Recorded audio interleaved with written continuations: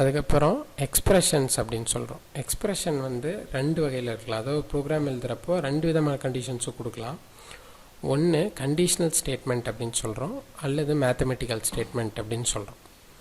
அப்படின்னா இஃப் #103 = 0 அப்படின்னா என்னென்னா 103ன்ற வேரியபிள் இருக்கிற இடத்துல 0 அப்படின்னு ஆச்சுன்னா if 103 = 0 go to 5.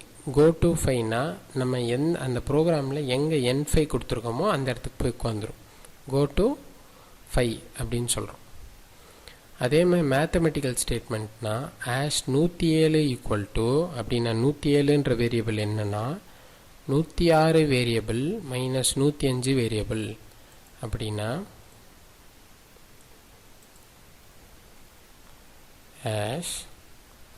#107ன்ற இடத்துல எதுவுமே இல்லை. இப்போ எனக்கு 106 தெரியும். 106 = 10ன்னு வச்சுக்கலாம். #105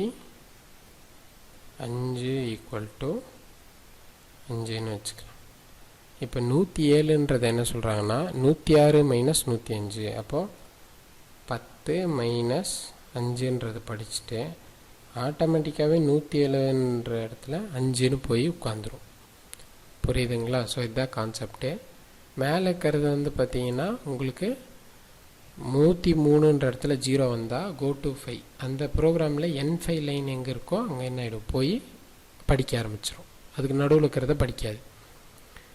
enclosing a value within brackets is considered as macro expression அப்படின்னு சொல்லுவாங்க. அப்படின்னா ப்ராக்கெட்டுக்குள்ளே நம்ம எழுதுறது, ப்ராக்கெட் அப்படின்னா இந்த மாதிரி ஸ்கொயர் ப்ராக்கெட் போடுறத வந்து என்ன சொல்கிறாங்கன்னா மேக்ரோ எக்ஸ்ப்ரெஷன் அப்படின்னு சொல்கிறாங்க. அப்படின்னா நீங்கள் G0 x 0.5 அப்படின்னு கொடுத்தா x வந்து 0.5 படிச்சுட்டு போகும்.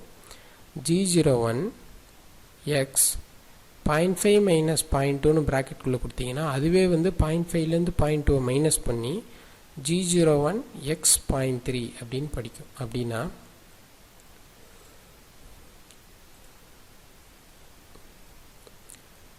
G01 x open bracket 0.5 minus 0.2 இப்படி எழுதுறது வந்து மேக்ரோவில் எப்படி படிச்சுக்கும் அப்படின்னா G01 x 0.5 மைனஸ் 0.2 0.3 இப்படி என்ன ஆகிக்கும்னா அதுவே வந்து படிச்சுக்கும். ஆனால் நார்மலாக நம்ம இதில் போட முடியாது, ப்ராக்கெட்ஸ்குள்ளே போட்டால் அப்படி போட்டுக்கலாம்.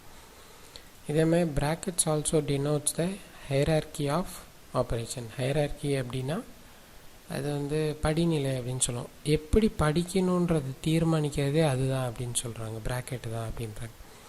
அப்படின்னா இப்போ என்ன சொல்கிறாங்க, இஃப் #1 #2 விட குறைவாக இருந்தால் go to 99. நான் என்ன சொல்லியிருக்கேன்னா 1 2 விட குறைவாக இருந்தால்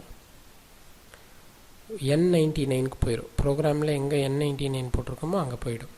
இந்த ரெண்டாவது கண்டிஷன் பாருங்கள், #100 = #220 மைனஸ் 10 #10 × 2. அதாவது #100ன்றது #20 மைனஸ் #10 × 2. அப்போ #10ன்ற இடத்துல நம்ம என்ன வேல்யூ கொடுத்துருக்கோமோ அதுவும் இன்ட்டு 2 ஆகும். இப்போ உதாரணத்துக்கு சொல்லலாம், #10ல் வந்து நான் ஒரு 5ன்னு கொடுத்துருக்கேன்னு வைக்கலாம். அதாவது இதை நான் போட்டு காமிக்கிறேன். #10 = 5. சரிங்களா? அப்போது இந்த கண்டிஷன் என்ன ஆகும் அப்படின்னா இப்போ என்ன பண்ணலாம், #10 = 5ன்னு வச்சுக்கலாம். #20 = 35 அப்படின்னு வச்சுக்கலாம். இப்போ என்ன சொல்கிறோன்னா கண்டிஷன் #100 = ஏன்னா 100 எவ்வளோன்னு தெரியாது, 100க்கு வேரியபிள் இல்லை, நான் கொடுக்குறதா வேரியபிள். #20ன்ற இடத்துல எவ்வளோ இருக்குது, நம்ம ஒரு 35ன்னு எடுத்துக்கலாம். மைனஸ் ஓப்பன் ப்ராக்கெட் #10ன்ற இடத்துல எவ்வளோ கொடுத்துருக்கோம், 5.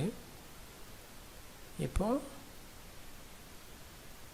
இன்ட்டு 2 இப்போ இதில் என்ன சொல்கிறான்னா எது இப்போ எப்படி படிக்கிறது, 35 மைனஸ் 5 இன்ட்டு 2ன்னு படிக்கணுமா? அப்படி கிடையாது. ஃபஸ்ட்டு ப்ராக்கெட்குள்ளே இருக்கிறது வந்து சிம்பிளிஃபை ஆகிடும் அப்படின்னு சொல்கிறோம். அப்போது equal to 35 minus 5 into 2 equal to 10. அப்போ ஆஷ் 100 ஈக்குவல் டு 35 மைனஸ் 10 25 அப்படின்னு நம்ம என்ன பண்ணுறோம், கொடுக்குறோம். புரிஞ்சுங்களா? ஸோ இந்த மாதிரி ப்ராக்கெட்குள்ளே இருக்கிறதா ஃபஸ்ட்டு வந்து படிக்கும், மற்றதெல்லாம் அதுக்கப்புறம் தான் படிக்கும் அப்படின்னு சொல்கிறோம். அதாவது எக்ஸ்ப்ரெஷன்ஸ். இந்த எக்ஸ்ப்ரெஷன்ஸை நம்ம என்ன பண்ணலாம் அப்படின்னு பார்த்தீங்கன்னா நம்ம அடுத்த வீடியோஸில் பார்க்கலாம். ஏன்னா இது ஒரு லென்த்தியாக இருக்குது, இதை கட் பண்ணிக்கலாம். அப்புறம் எக்ஸ்ப்ரெஷன்ஸை நான் அடுத்த டாப்பிக்கில் சொல்கிறேன்.